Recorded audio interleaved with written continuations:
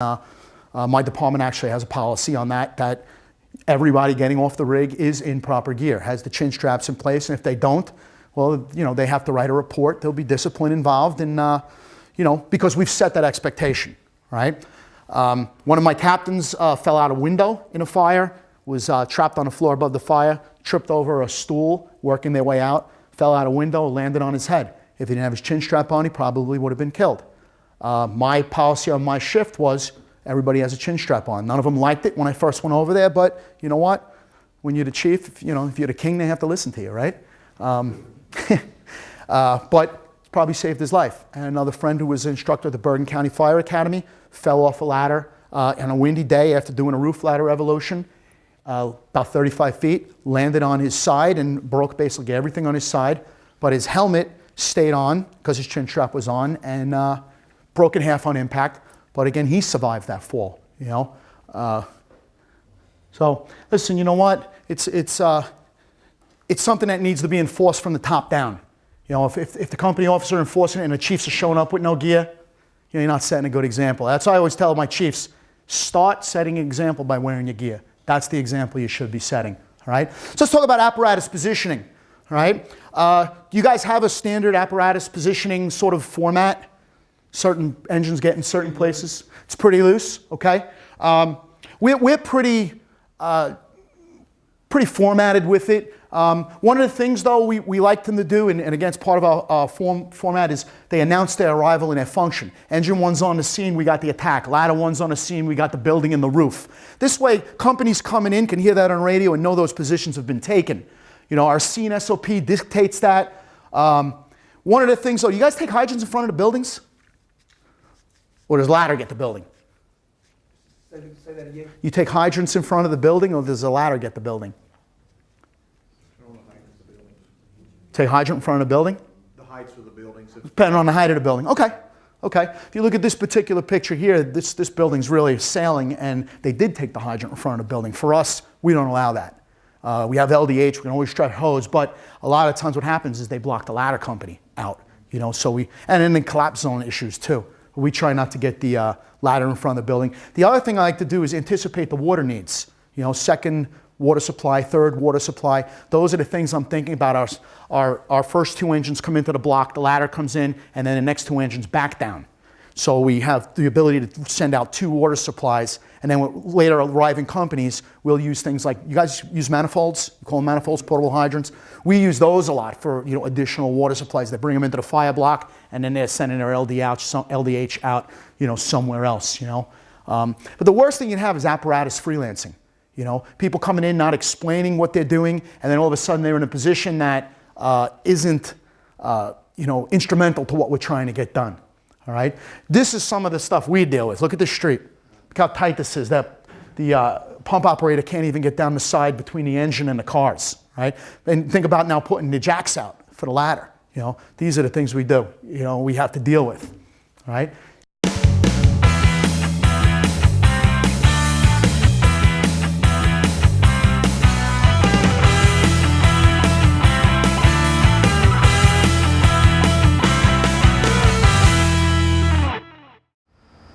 The arrival report, which I originally called the preliminary size-up report, because that's what we had called it in North Hudson, but I sort of gave in to the rest of the country as the arrival report. That's the most important piece for not only the first arrivers, obviously it is, but for those people not yet on the scene, because it allows scene preparation, allows you to figure out what we're actually getting ourselves into, because it may not just be a fire, it may not be a fire, it may be a hazmat, it may be a technical rescue, it could be anything. But if you do a proper arrival report, you are setting the stage for success for everyone else that's going to respond to that fireground. Scene reporting. What are we looking at here? You want to paint a picture, like a shared mental image, all right? And the best way to do that is to always say it the same way. Have a standard scene report, like a same-page concept, all right?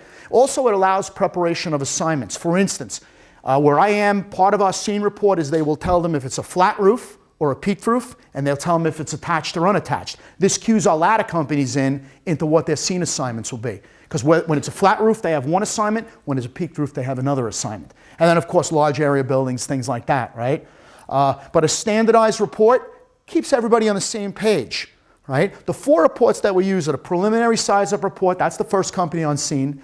The initial progress report is generally done once we start operating a little bit and we kind of have set our strategy. The division progress reports are done once I put people in divisions and I'm looking for certain information. And then the command progress reports would be basically what I would be giving back to dispatch. And I generally don't do that until I get my division reports, because sometimes I'm not really positive exactly where we're at. So I'll get all my division reports, take a couple of notes, then I'll give my command report, right? So what are we looking at here? Announce your arrival. Give your ID and state the address. Engine 5 on the scene, 35 Main Street, right? Maybe you're at the wrong address and we can tell you right away if we know where you are. Establish command.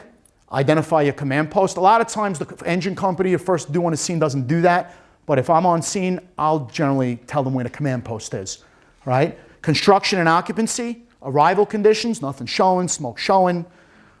Special concerns. What special concerns might you have? Placards, right? Truss building, previous fire building, 6 people hanging out the window. It's probably something everybody wants to know, right? Okay, that would be your special concerns. And then what are you doing about it? We're stretching a line.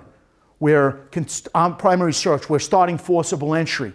We have a line and we're getting our own water supply, right? So these are things that actually our companies listen for, right? So if I had this here and I had an alarm in that travel agency right there, an example, and I hope this is loud enough, of a report that you might hear on my department.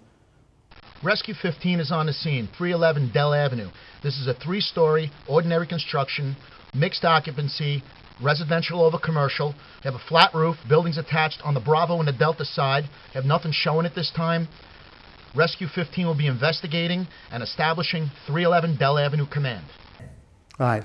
Little wordy, but you heard the roof stuff, right? This is, again, for us. I mean, the idea, what I always tell people is, I don't care what you say, but try and always say it the same way so that the other companies coming in have less to sort of think about in a way. You know, when we do our reports, a lot of times if the report is lousy, I don't even have to say anything because the other company officers will generally jump all over that guy. What we've done is we've actually formatted that where you just do a fill in the blank type of thing and they put it right on the dashboard. So somebody that's not really used to giving a report, like an acting officer, all he's got to do is read the thing and fill in the blanks as he's looking at the building. And this is what our companies are listening for. So after being a regional department for 13 years now, it's become a standard practice for us. All right? But why is it important to have that? Because if you've done that 150 million times when nothing's showing, you can generally do it when something like this is going on, right?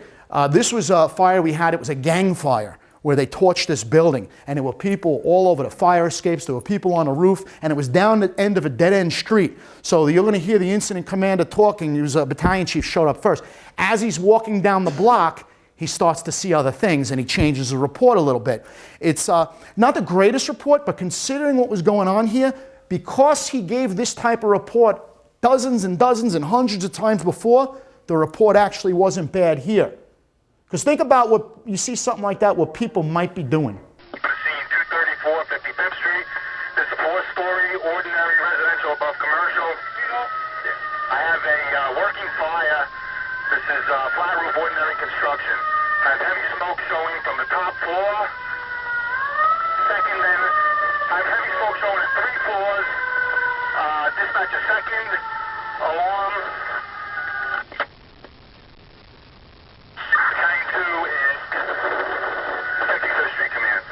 All right, not a bad report considering all he had going on, but it was still basically in the format that we had been using. And you notice you heard him change the report. That's as he walked down the block. As I pulled up, the fire just exploded out of the building and chased all the people on the fire escape up to the roof. Luckily, it was attached on the one side, and we were able to pull them off the roof that way. But, you know, how many times you hear people on the radio with a fire, and what are they doing? They're screaming, right? Or they get on the scene and they say, we have a fire. Well, what does that mean? Fire where? What's burning? You got a garbage can fire? You got a building fully involved. So you want to try and have something standard that everyone can sort of hang their hooks and their SOPs on, right? Now the command post. This, a lot of this came out of sort of some of the fires I've gone to where we could have positioned a command post a little bit better. First of all, you should consider the escalation. You guys use a command board? Depending on the size of the incident. Okay. All right. We actually have my ComTech, which is a fancy word for an aide. He has a little magnet board. He'll use that first, and then if we're starting to escalate it, they bring out the big command board. All right. But again, consider the escalation of the fire with your command board. Also consider the elements. You know, a building hijack, and you know, can we hijack a building for our command post? Yeah. Sure. You know why? Because we're a fire department, right? We've done that. It was just like in Dog Day Afternoon, right? They hijacked the barber shop for the command post. It's the same thing. You know, we've done it before. We've actually done it for rehab as well. You know, we've just taken over buildings and put people inside them because it's like 5 degrees out, you know. One time I actually hijacked a bus. We had a fire condition in a basement. It was 3 o'clock in the morning, like 5 degrees out, 20 below wind chill, and people are pouring out of the building. You know, little babies, granny in their nightgowns, the whole thing. And, you know, I asked the cop, I said, you know, can we get these people somewhere to go? He says, yeah, there's a community center like 3 blocks away. It might take a few minutes to get the keys. And I said, you know what, go to the avenue, stop 2 buses, empty one of them and bring it back. And of course it was, you know, the next day I was asked why I stole a bus, but you know, it worked, it worked. So, you know, sometimes you have to do these things. We took over a quick check one time as a command post, depending on the elements, you know. Also, the command post is the manifold. Everything goes through it, nothing goes around it. And we'll talk a little more about that later when we talk about accountability. And again, proximity to rehab. I've found that if rehab is 3 blocks away from the command post, they're not coming to the command post when they come out of the building. They're going over to rehab and you've lost them. If the command post is the focal point of where these people have to go as soon as they come out of the building, and that's an expectation that you set, chances are you can keep track of them a little bit better. All right? Now, assuming command. 9 times out of 10, chief officer assumes command, right? Company officers are there first. So assuming command, there's certain things that we want to make sure it gets done. First of all, I need to get a briefing from the outgoing incident commander, right? Now, have you ever been an incident commander, like, and then the chief shows up? Mm-hmm. What do you generally want to do? Get out of there, right? That's what happens. He's a captain. You're more comfortable with the Halligan than with the radio, right? Yeah, so the captain wants to get the hell out of there. So what you have to do as a chief is hang on to him till you get all the information you can, because if he goes running away somewhere and you're looking for the situation, the deployment, and the resources, and he's got that in his head, and I can't get that, now I'm starting from what? I'm starting from scratch, and that's a tough place to be when I got companies in the building. So I'm not going to be in a rush. I'm going to try and hang on to him as long as I can. Then I'm going to send him and set him loose on his ways, right? But I also want to announce the command transfer over the radio. That's important that people know who's in command. It's also a legal issue. You got to announce that over the radio, all right? All right, early assistance. Time for mutual aid, multiple alarms, whether it's your department or not, you have to know when to order early assistance. And I think of the fire ground as a bullseye. First alarm, second alarm, third alarm, fourth alarm, and it just keeps going. And the more alarms I'm calling, the further away they're coming from. So I want to ensure that I'm calling them fast, because if I don't, I'm going to wind up with nobody to put to work, and then I'm out of options, all right? The other thing I look at is the ripple effect. If my companies are doing things that the SOPs wouldn't normally have them do, for instance, they pull up and they got to make a rescue, then what else is not getting done? You know, fire attack, ventilation, things like that. And that's exactly what happened at this particular fire here. This is a fire in New Jersey.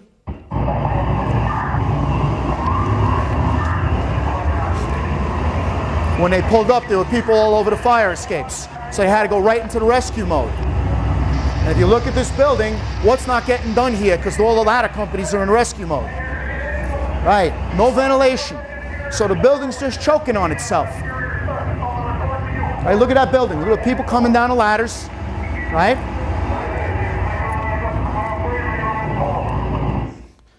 Right, so you're looking at something that is, you know, we're not able to operate normally because of conditions and situations that are going on. So again, you're going to need to call additional people in for something like that, especially the company officer pulling up first. You see things going on that are going to pull you away from your normal operations, get extra people there, all right? And what I like to do as an incident commander is this rule of thumb, all right? If the incident's escalating, you know, it's not under control, it's still an active scene, and I don't have 3 companies standing behind me, I'm striking an additional alarm. What I'm looking for is tactical reserve. People behind me with nothing to do, all right? But sometimes, does that ever happen right away on your fire ground?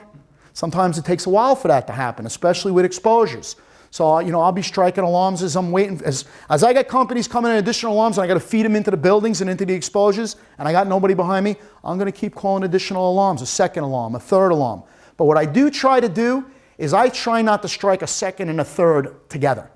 Like I might say, all right, got a working fire, let me have a second and third alarm.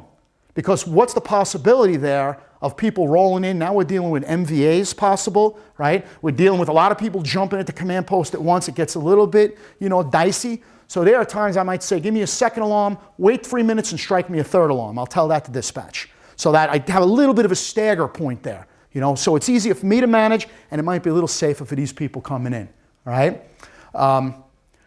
Hydraulic reserve, another thing that I'm thinking about all the time. And again, we have unplanned for problems. So having that extra bunch of people behind you, somebody tells you something in the exposure, hey, be advised this building is not, 2 stories, it's actually 4 stories, but 2 of them are below grade in the back of this building and there's fire coming out of them. And the exposure's on fire too.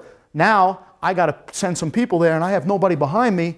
Now I'm out of options, and now that makes everything dangerous for everybody else. So I always try and have enough people on the fire ground, and everybody wants to go to a fire. So I have no problem calling a lot of people, all right? And in resources, it better be looking at them than looking for them. My buddy Tommy Gavin, not the guy from Rescue Me, he's an instructor I work with at the academy. He said this, and I thought it was a great statement, all right?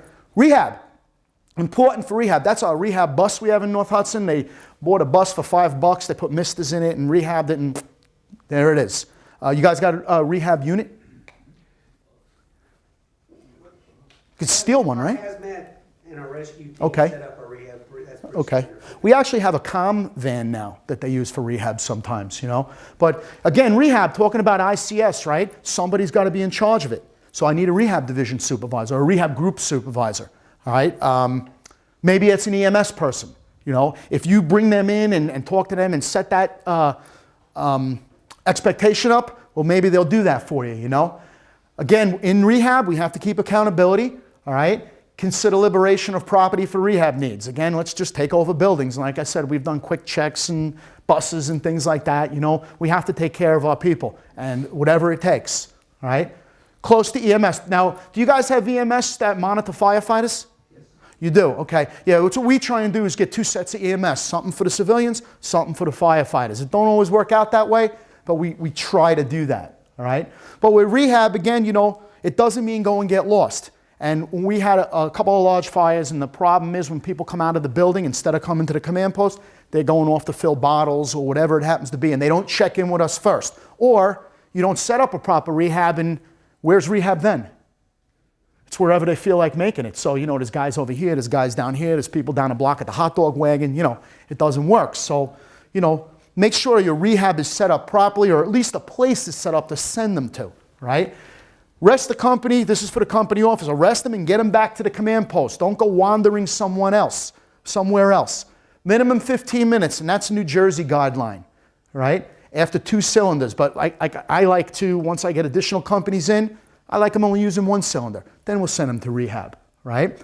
But I tell them, if you close in on a half hour, you're there too long. We need you back at the command post. We shouldn't have to call you. So my RIC team helps me with that, which we'll talk to in right now. RIC teams, look at that. Close to the command post. If your RIC team is 3 blocks away and you need them, it takes a little while for them to get to the command post, right? So what does the RIC team do? They're going to familiarize with the building in the area when they get there. They should ladder the building and announce the location. You guys, RIC teams, do any laddering and that sort of thing?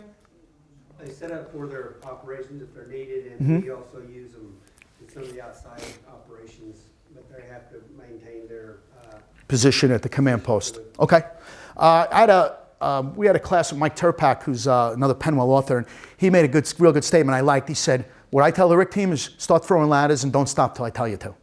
So just keep throwing them and don't stop. Why is that important? Because we need secondary means of egress. And sometimes a ground ladder properly placed can stop a RIC operation or a mayday. A mayday is only now just a guy coming down a ladder, But remember though, you go into the building, were the ladders on the building when you went in there as the first officer? No. On the attack? No.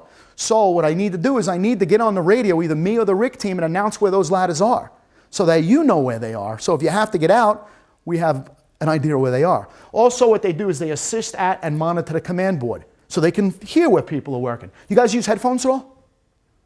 Our guys love them. They love the headphones. It's our RIC command and my Comtech headphones, because all they're doing is listen to Fireground transmissions, because the Fireground's kind of a loud place, isn't it? A little bit distracting sometimes, right? So what he does is he tracks the rehab, he helps the Comtech, and the first thing that I tell my people with the RIC team, don't roam. Take care of your business, then get back to the command post. I want you right behind me. But we do have them do laddering the building and that sort of thing, all right? Here's a shot here. They've already laddered the buildings. Here's the RIC tool pool right here, and they're standing right there, right in front of the RIC tool pool, right? We use tarps, and we write right on the tarps the exact equipment that they need. And this is the basics. I mean, this has changed over the years. We have RIP packs now. You guys RIP packs? RIP packs. We got this other cool thing. It's like a little mini sked that just like wraps the guy in and away he goes. It's a really cool piece of equipment. But everything written on there. So if you're detailed to that company, because our RIC teams are our squads, it's not everybody. So if you're detailed to that company or overtime, all you got to be able to do is read. And you know what to put down on there. You know, maybe they can read, right? This was a fire we had in Union City, and the smoke was so bad here, and we're right across the river from Manhattan. The Hudson River separates us from Manhattan. The smoke was so bad at this fire, we were setting off alarms on the West Side Highway in Manhattan. I couldn't see the building, couldn't see the rigs in front of the building, and when we evacuated the building, the ladder company couldn't find the aerial on the roof. But we had raised ground ladders on the B side and the C side, and we had announced it, and they just said, we can't find the aerial, but we see the ladder in the back, we're coming down on the Charlie side. And that actually saved us a lot of, problems with them not being able to get off that roof, because things started to, it was an arson fire, and things started to de-escalate or deteriorate pretty quickly, right? So with the RIC team, it's a matter of organizing your RIC operation, making sure the fireground has additional egress, and then monitoring. That's what it's about. Accountability. Best accountability system is a strong command structure based on discipline. You got good SOPs, you got disciplined firefighters, you got a disciplined fireground, and people are only where they're supposed to be. There's your accountability right there. How many you guys use tags? The tags, you guys have that, right? Yeah. I don't know. I'm not a big fan of the tags. I understand the system, but the tags are a very reactive system. We only look for the tag when the guy's in trouble, right? I'd rather do something beforehand to stop him from being in trouble. Because 9 times out of 10, is he ever where his tag says he is? No. Never where his tag says he is. So the tags are nice to know he's there, but that, to me, that's about it. I don't see that system working that well, but there aren't too many other great systems out there. So the best system, that's Italian for the best system, best system is discipline. Good SOPs, structured, disciplined guys, right? And we follow this. Where I work, and this always works very well for me, stay together as a unit. We don't break up our companies. Report to the command post for assignment, that manifold. Report to the assigned operational area. Report your area to the area supervisor. Just talk to that guy. When you're relieved, after operating there only, come back to the command post. That way I can track you. If I send you to rehab, when you're done at rehab, come back to the command post. All your assignments begin and end at the command post. Whether it's through the radio, which I know about, but I'd rather see you face to face. I want to see your smiling face at the command post, right? Now I can track you, because that's the only way I can keep you safe is if I know where you are. So I can track you now. All right, Engine 5's going to rehab. Why? Because I just saw them. Engine 5's got to change their bottles. Well, if they didn't come to the command post to tell me, I don't know they're changing their bottles. If I'm looking for them, I don't know where they are. So come there first. Hey, we got to change our bottles. All right, no problem.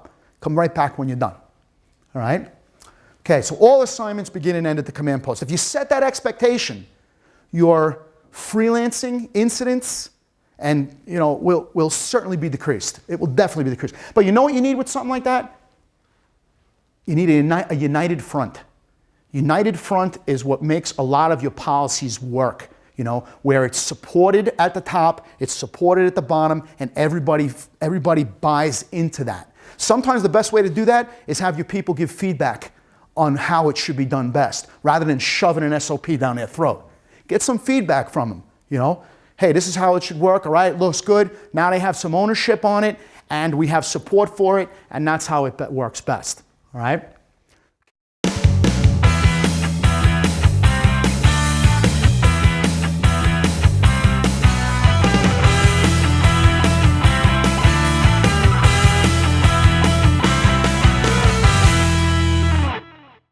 initial progress report is usually given within the first 10 or 15 minutes by the incident commander, whoever that happens to be. It's basically a rundown of the things that what we have, your exposures, and the things that we've done so far on the fire ground. Oftentimes, it will also prompt an additional alarm to be requested at that time because you may just realize that I don't have enough people to do what it is that I need to get done at this time. So that that initial progress report is a very integral part of the incident commander's sort of mental inventory of what he has, what he needs to get done, and what he needs to get that done. The initial progress report, we set up our system, and now we're on the fire ground, and we want to make an initial progress report to command. I'm going to play this, and what you want to be able to do is figure in your head what's actually going on. See if you can picture what's going on from this report. And it's going to follow this format that you're looking at right here. Fire 2 is responding. 117th Street Command, preliminary progress report. We have a 2-story ordinary. We have heavy fire conditions, second floor, probably venting into a shaft between the attached buildings. Exposure A is a street. Exposure Bravo, 2-story, 3-story wood frame residential, imminently threatened separated 5-foot alley. Exposure Charlie, unknown at this time. Figure in a rear yard, exposure Delta attached. 2-story, smoke showing from the cock loft. Have one line stretched and charged, second line being stretched, primary search and ventilation in progress. Fire is doubtful at this time. Never start alarm. Okay, can you kind of picture what's going on there? Think chaos, think? Maybe at the beginning, chief has arrived on scene, right? But what do we have there? We had fire in a building with an attached